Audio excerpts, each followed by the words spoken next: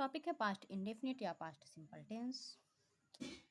Past या फिर बीते हुए समय में घटी घटनाओं को व्यक्त करने के लिए पास्ट इंडेफिनिट टेंस का प्रयोग किया जाता है। पास्ट इंडेफिनिट टेंस के वाक्यों के अंत में था, थी, थे या फिर या, ये आदि शब्द आते हैं।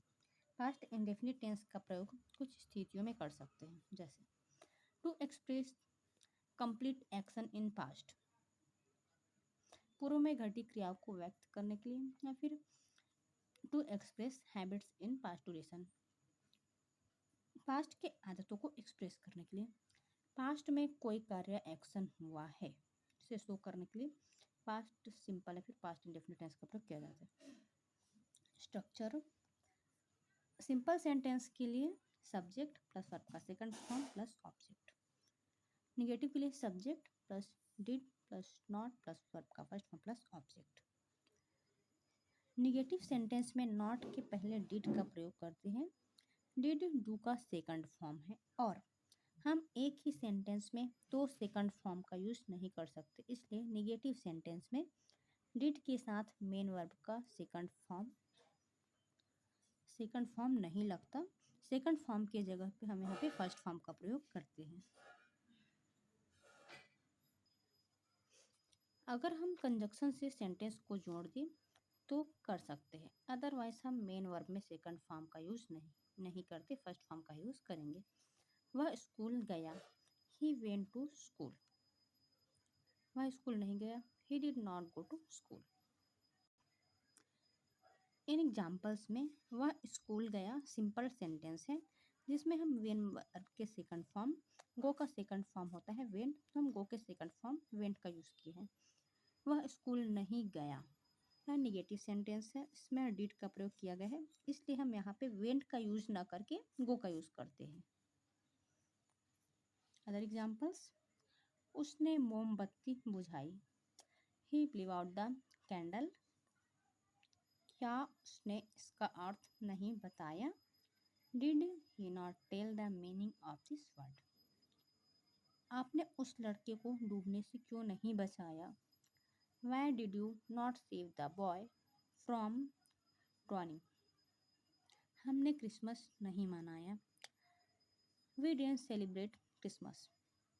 मैंने उसे कल एक कलम दी, I gave him a pen.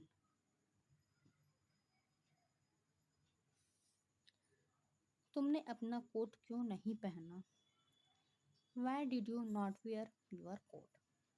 मेरी मम्मी ने मेरे कपड़े नहीं धोए, my mother did not wash my cloth. यह पेन मैंने भोपाल में खरीदा, I bought this pen from Bhopal. Sir ने हम सबको बाहर जाने का आदेश दिया, sir ordered us to go outside. Deepak ने इस शब्द का अर्थ नहीं बताया, Deepak did not tell the meaning of this word. क्या तुम्हें मेडिकल फील्ड में 15 सालों का अनुभव हो गया, did you have 15 years experience in this field.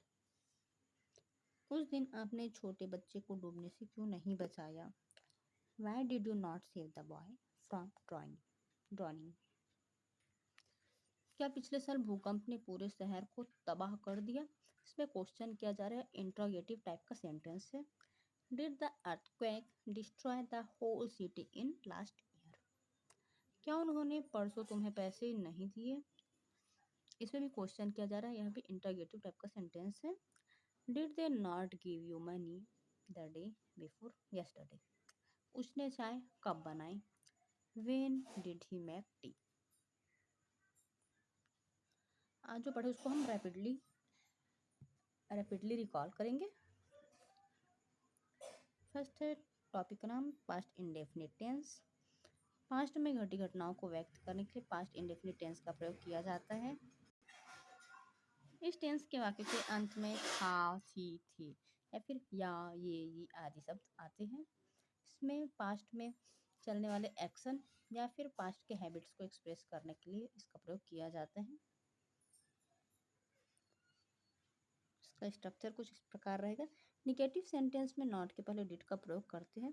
Did जो है वो डू का सेकंड फॉर्म है और हम एक ही सेंटेंस में दो सेकंड फॉर्म का यूज नहीं करते, इसलिए निगेटिव सेंटेंस में हम डिड के साथ मेन वर्ब का सेकंड फॉर्म नहीं लगाते। अगर हम कंजक्शन के साथ दो सेंटेंस को जोड़ दें तब भले ही हम सेकंड फॉर्म का यूज़ कर सकते हैं।